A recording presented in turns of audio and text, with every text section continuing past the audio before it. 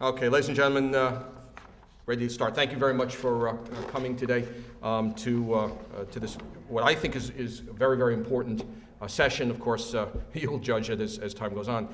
The other evening, the county legislature, in conjunction with the county executive, unanimously passed a lobbying package, a part two to our legislative initiative request list to the state legislature on behalf of the people of Westchester County.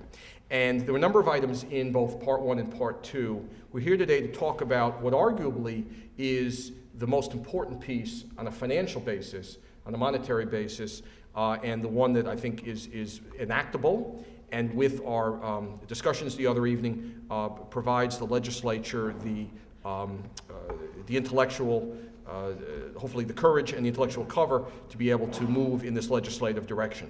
It deals with pension contribution reform.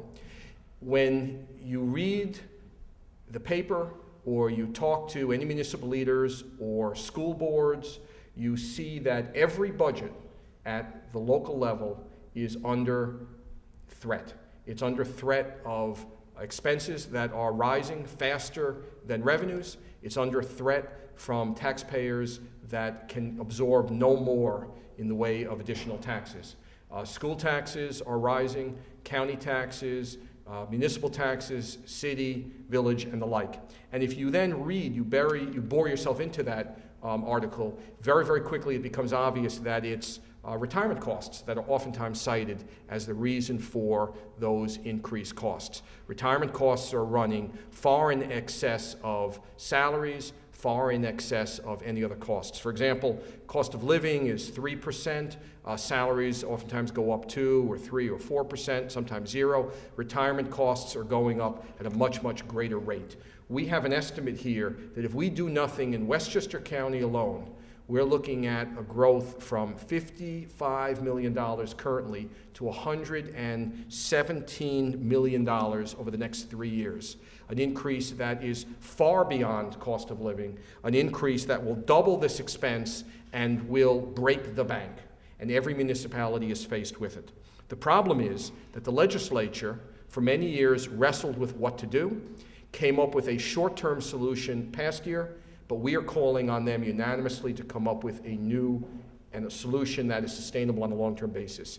It will affect every single new employee within the New York State teachers and general retirement system.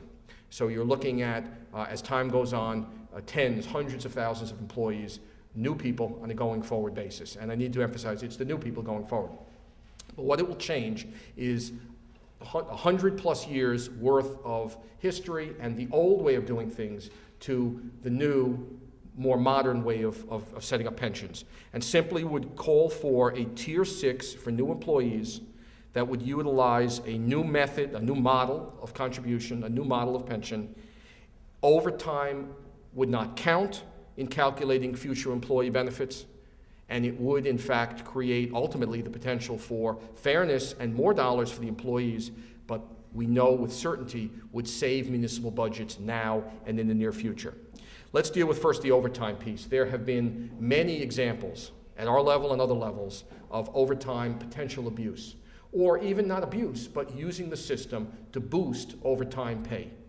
And I've heard from many citizens, and it's been documented by many municipal leaders, that there needs to be a reining in of that abuse. The Tier 5 that the legislature passed last year does limit the overtime to a 15% calculation.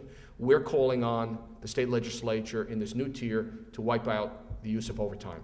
If an employee works overtime, they have the right to do that. If it's within the system, it's needed and fair, and there are times that overtime is appropriate, but they should benefit on the salary basis. It should not carry forward because 1 or 2 or 3 years that they've utilized overtime, it should not boost their pension artificially for the next 30 or 40 years. That's not fair. Taxpayers can't afford that.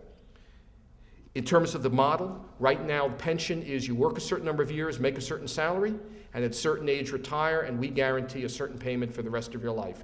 That's a benefit that we've defined. That's a benefit that we guarantee. As all private industry has moved away from that model, It's all necessary, financially necessary, and unfortunately appropriate that government do the same.